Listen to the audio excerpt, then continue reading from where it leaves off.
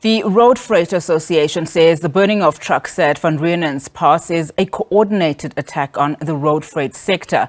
The association's CEO Gavin Kelly claims that the road freight industry has come under attack in the last 5 years. Over the weekend, a total of 7 trucks were burnt in KwaZulu-Natal in 2 separate incidents.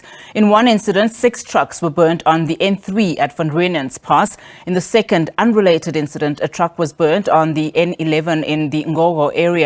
Let's now discuss this further. We're now joined by the Road Freight Association CEO himself, Gavin Kelly. Gavin, thank you so much for your time this afternoon.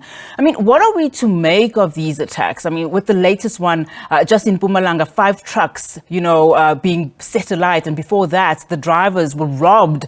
You are saying these are coordinated attacks. Oh, good afternoon, Unati, and good afternoon to all your viewers. Yeah, it's very worrying because this is obviously not something that's happening randomly. If you look at where the attack was done at Van Reenen's Pass in KZN, that goes to planning, it goes to picking the perfect spot to do this, where the trucks will be traveling slowly and where it'll be easy to create a choke point on that.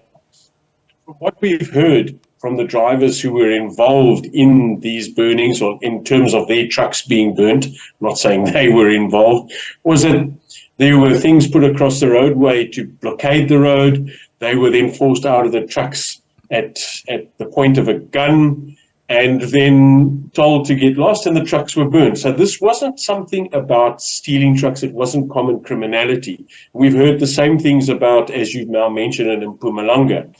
Once again, a very specifically targeted area on those roads where it is easy to cause mayhem and then disappear. So the question is, if it's not being looting, theft, then it's obviously targeted at the road freight industry, at trucks, and this is obviously a coordination now. I mean, how possible is it that you have attackers continuously targeting, roads that link to, for one, the commercial hub of Gauteng to Maputo, Mozambique, like we saw on the N4, or the N3, for instance, that links Gauteng, to the biggest port, essentially, in KZN? I mean, is there a problem with police visibility in this case?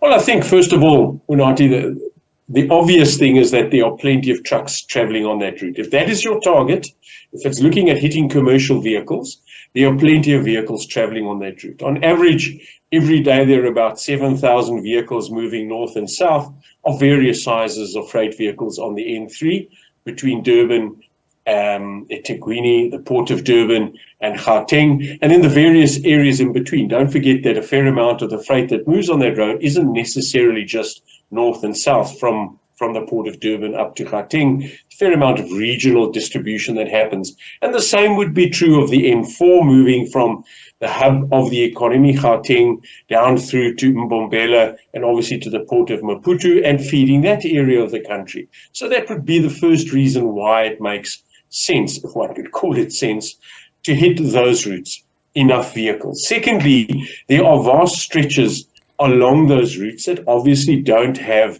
enough South African police service or security cover. There will always be spots, so-called quiet spots or blind spots that you could hit, so that allows for opportunity. And then it's really, I would presume, trying to stretch and test and see how quickly reactions from the South African police services would come. So that's it really in a nutshell. It's opportunity.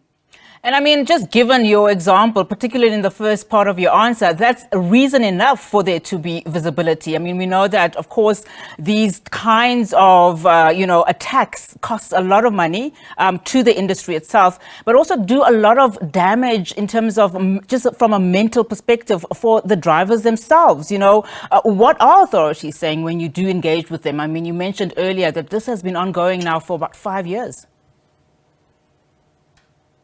Yeah, it's really worrying because there are a whole sets and subsets that are affected by this. So first of all, obviously, we have the driver. Can you imagine what it feels like to be pulled out of your vehicle, with weapons pointed at you and then told to move away, and you watch this truck, and many of the drivers are very, very fond of their trucks. They've probably spent a number of years in that truck driving, or that style of truck or model of truck. So you become quite attached to the vehicle. You know the routes. You obviously have a fair amount of diligence in terms of what you do. So now you lose all of that. And those companies that are smaller cannot always absorb these costs. So in the back of your mind, you must be, as a driver, worrying whether, well, that's it. Is that the end of your employment?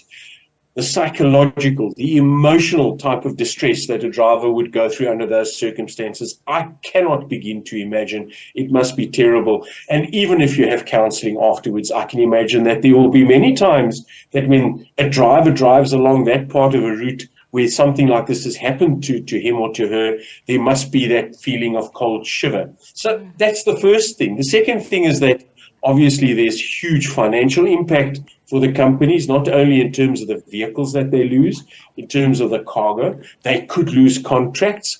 As I've been saying, the country is not being seen as a safe route to move goods north, south, east, or west. And those goods, those businesses are moving. And there are already examples where there are overseas companies, shipping companies, putting $500 million into the ports around us because they're far more efficient and they're safer.